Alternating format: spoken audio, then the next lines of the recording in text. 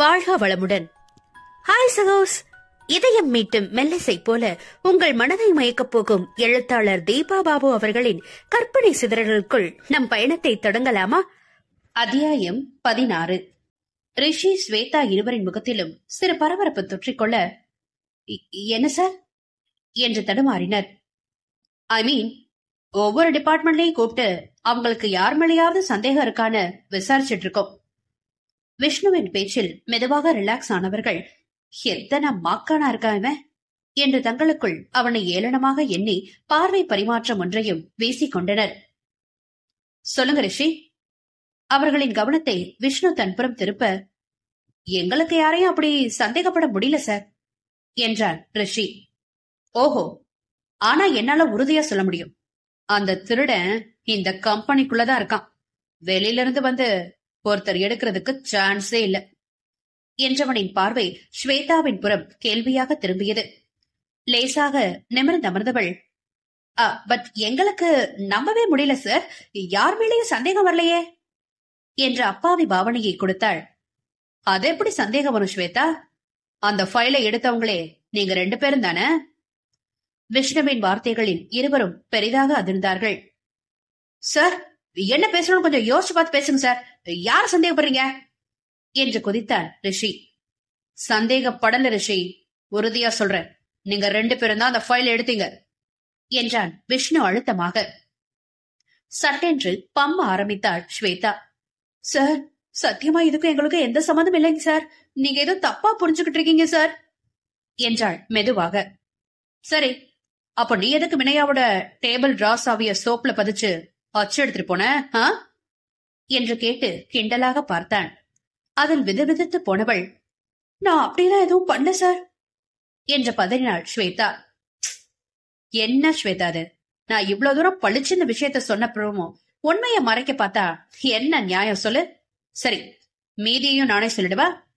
நீ சோப்ல key mark எடுத்துட்டு போனதை வச்சு ரிஷி ஒரு டூப்ளிகேட் சாவி ரெடி பண்ணி அடுத்த நாள் காலையில மத்தவங்க ஆபீஸ் வர்றதுக்கு முன்னாடி நேரமா வந்து ஃபைல் எடுத்துட்டு போயிட்டாரு. என்ன ரிஷி, நான் சொல்றது கரெக்ட் தானே என்று நக்கலாக கேட்டான் விஷ்ணு. இருவரும் பேயறைந்ததை போல் 2 முகங்களோடு அமர்ந்திருந்தார்கள். இன்னும் சந்தேகமா இருந்தா இந்த வீடியோவை பார்த்ததுக்கு அப்புறம் ஒத்துக்குவீங்களா என்றவாறு தனது மடிக்கணினியை அவர்களின் பக்கம் திருப்பி வீடியோவை பிளே செய்தான். அதில் அவர்கள் செய்த அனைத்தும் பதிவாகி இருப்பதைக் கண்டு மிரண்டு போனவர்கள் தங்கள் முதலாளியை பேரச்சத்துடன் பார்த்தார்கள். இப்ப என்ன சொல்றீங்க என கம்பீரமாக கேட்டான். சார், அது என்று ரிஷி மென்று விழுங்க, stop that nonsense. I don't need any explanation from you. எனக்கு தெரிய வேண்டியது ஒன்னே ஒண்ணுதான், இப்ப ஃபைல் யார்கிட்ட இருக்கு என்ற வார்த்தைகளில் அவனை மென்றான் விஷ்ணு. என்கிட்டதான் சார் இருக்கு என்று தலை குனிந்தான் ரிஷி. தேங்க் காட் என்று பெரும் நிம்மதியுடன் தலையை கோதிக்கொண்ட விஷ்ணு அடுத்து உஷ்ணமாக அவர்களை ஏறிட்டான். இப்படி செய்ய உங்களுக்கு வெக்கமா இல்ல? நீங்க செய்யற வேலைக்கு தான் உங்களுக்கு இங்க சம்பளம் தரோம்ல, அப்புறமும் எதுக்காக இந்த சின்ன புத்தி? மனசாட்சியே இல்லாம வேலை செய்யற கம்பெனிக்கே துரோகம் செய்றீங்க என்று கொந்தளித்தான். பதிலின்றி அமர்ந்திருப்பவர்களை ஆத்திரத்துடன் உறுத்து விழித்தவன், கொட்டேஷன் அமௌண்ட் பத்தி எதுவும் வெளியில சொன்னீங்களா என்று கடினமாக கேட்டான். இல்ல சார். அதாவது இன்னும் பேரம் பேசிட்டு இருக்கீங்க. நீங்க எதிர்பார்க்க அமௌண்ட்டுக்கு அவங்க இன்னும் படைஞ்சு வரல, அப்படிதானே?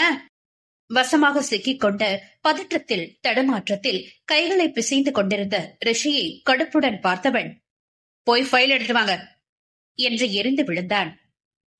அவன் வெளியேறியதும், சார் தயவு செஞ்சு என்ன மன்னிச்சிடுங்க, மேனேஜர் கட்டாயப்படுத்தினால்தான் நான் இந்த மாதிரி நடக்க வேண்டியதா போயிடுச்சு சார் என்றாள் ஸ்வேதா அவசரமாக.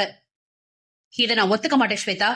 நீ உண்மையிலே நல்லவளா இருந்தா உன் மேனேஜர் உன்னை கட்டாயப்படுத்தினதுமே என்கிட்ட வந்து உண்மையை சொல்லிருக்கணும்.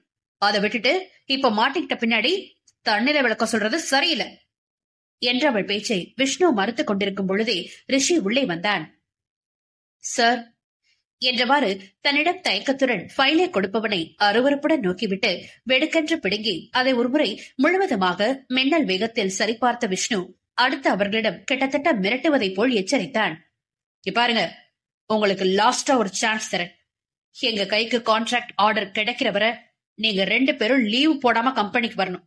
இத பத்தி யார்கிட்ட எதுவும் பேசக்கூடாது. உங்களை கண்காணிக்கவும் உங்க மொபைல் போனை ஹேக் பண்ணவும் ஏற்கனவே நான் ஏற்பாடு பண்ணிட்டேன். இதுக்கு மேல நீங்க எந்த கோக்குமாக்குத்தனமும் பண்ண முடியாது. உங்க டோட்டல் கான்டாக்ட்ஸ் லிஸ்டும் என் கையில இருக்குது. புரிஞ்சுதா?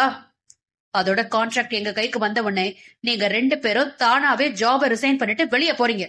இதுல ஏதாவது ஒரு தப்பு நடந்தா கூட என்னோட நடவடிக்கைங்க ரொம்ப கடுமையா இருக்கும். இந்த வீடியோ ஆதாரத்தை போலீஸ் கிட்ட கொடுத்து உங்களை அரெஸ்ட் பண்ண வைக்கிறது மட்டும் இல்லாம உங்களை கைக்குள்ள போட்டுக்கிட்டு என்ன ஆட்டு வைக்க நினைச்சவங்களையும் உள்ள போற மாதிரி வச்சிருவேன். இத அவங்க கிட்ட ரொம்ப தெளிவா சொல்லிடுங்க. அண்ட் நான் ஒண்ணு சும்மா வெத்து பேச்சுக்கு மிரட்டல, ஜாக்கிரதையா இருங்க என்று அழுத்தமாக கூறியை அனுப்பி வைத்தான். இவை அனைத்தையும் அறையின் ஒரு ஓரத்திலிருந்து பார்த்து கொண்டிருந்த வினயாவிற்கு வியப்பு தாங்க முடியவில்லை. எவ்வளவு சாதுரியமா தன்னோட வேலையை முடிச்சுட்டா. அவங்கள்ட்ட நிதானமா பேசாம கோபமாவும் பேசாம எப்படி பேசணுமோ அப்படி பேசி விஷயத்த வெளிக்கொண்டுட்டா. எப்படியோ அந்த ஃபைல் பத்திரமா கைக்கு வந்து சேர்ந்ததே என்ற உள்ளம் குதூகலித்தது. அதே வேகத்தில் அவரிடம் சென்று, கம்ராட் சார், எப்படியோ நீங்க நினைச்ச மாதிரியே எல்லாம் நடந்துருச்சு என்று மகிழ்ச்சியுடன் சிரித்தாள் வினயா.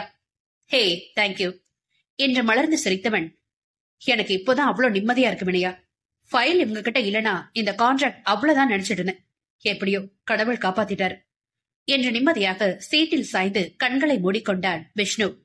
அவனை பார்க்கவே பாவமாக இருந்தது அவளுக்கு. எல்லாம் ஒரு நிமிடம்தான். உடனே வேகமாக நிமிர்ந்து அமர்ந்து விட்டான்.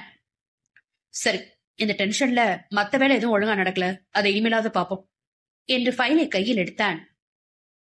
அடுத்த 1 மணி நேரத்தில் வினயா தன் வேலையில் மூழ்கி இருந்த நேரம் அவளின் செல்பேசி அழைப்பு விடுத்தது. எடுத்து பார்த்தாள் குமரேசன் அங்கிள். எடுக்கலாமா வேண்டாமா என்றிவள் குழம்பிக் கொண்டிருந்த நேரம் விஷ்ணு குறுக்கிட்டு தீர்வு சொன்னான். என்ன வினயா, போனை பாத்துட்டு இருக்க? கால் அட்டன் பண்ண ஏன் இவ்வளவு யோசனை? யார் பண்றாங்க? என் அங்கிள் தான் சார். ஒர்க்குக்கு நடுவுல பேசலாமா இல்ல கட் பண்ணிடலாமான்னு யோசிச்சுட்டு இருந்தேன். எப்போ உனக்கு இந்த மாதிரி ஒர்க்கிங் ஹவர்ஸ்ல போன் வந்ததுல ஏதாவது முக்கியமானதா இருக்க போகுது, எடுத்து பேசு. கிரீன் பட்டனை அழுத்தியவள், ஹலோ அங்கிள் என்றாள். Many more happy returns of the டேமா என வாழ்த்தினார் குமரேசன் அங்கிள். Thank you uncle. எப்படி இருக்கீங்க? ஆன்டி அண்ணா நல்லா இருக்காங்களா? எல்லாரும் நல்லா இருக்கோம். நீ எப்படி இருக்க? Fine uncle. சாரிமா, வீட்டுக்கு கெஸ்ட் வந்திருந்தாங்களா, அதான் டைம் ரொம்ப சரியா இருந்தது. காலையில பேச முடியல. கோயிலுக்கு போயிட்டு வந்தியாமா? இல்ல அங்கிள், ஈவினிங் தான் போகணும்.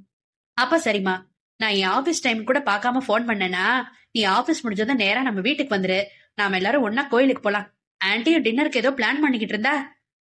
சாரி அங்கிள், தப்பா எடுத்துக்காதீங்க. நான் இன்னைக்கு வரல. இந்த வீக்கெண்ட் கண்டிப்பா வரேன்.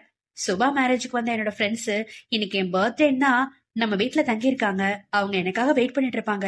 நான் ஈவினிங் அவங்களோட ஜாயின் பண்ணிக்கணும். ஆன்டி கிட்டயும் சாரி சொன்னேன்னு சொல்லிடுங்க. ஓ அப்படியா, சரிம்மா, வீக்கெண்ட்ல கண்டிப்பா வீட்டுக்கு வரப்பாரு என்று இணைப்பை துண்டித்தார். அவள் பேசுவதையே கவனித்துக் கொண்டிருந்த விஷ்ணு பேசி முடித்ததும், என்ன வினயா, இன்னைக்கு உனக்கு பர்த்டேவா என்று வியப்புடன் கேட்டான். ஆமா சார் என்றாள் அவள் புன்னகையுடன்.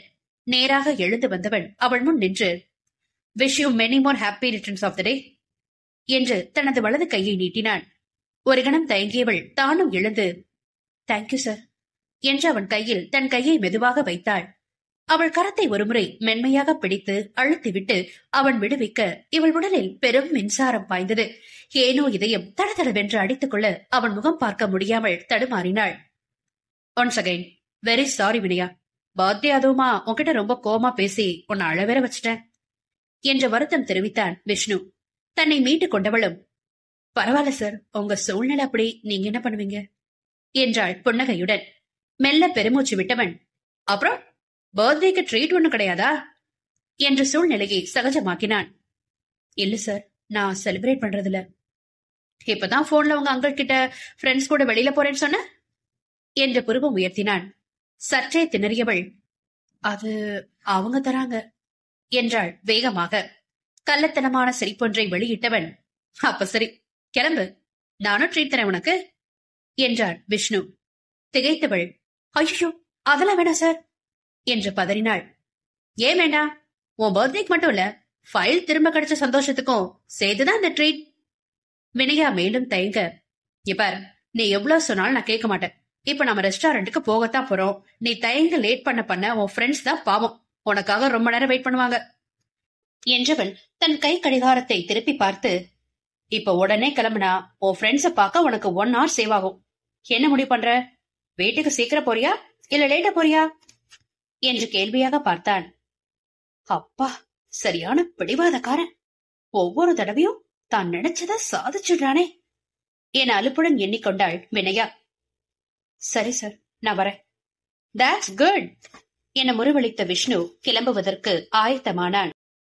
நட்புகள் எல்லாரும் நம்ம சேனலை மறக்காம சப்ஸ்கிரைப் பண்ணுங்க. கதையை கேளுங்க, லைக் பண்ணுங்க, கமெண்ட் பண்ணுங்க, பிடிச்சவங்க ஷேர் பண்ணுங்க. நன்றி.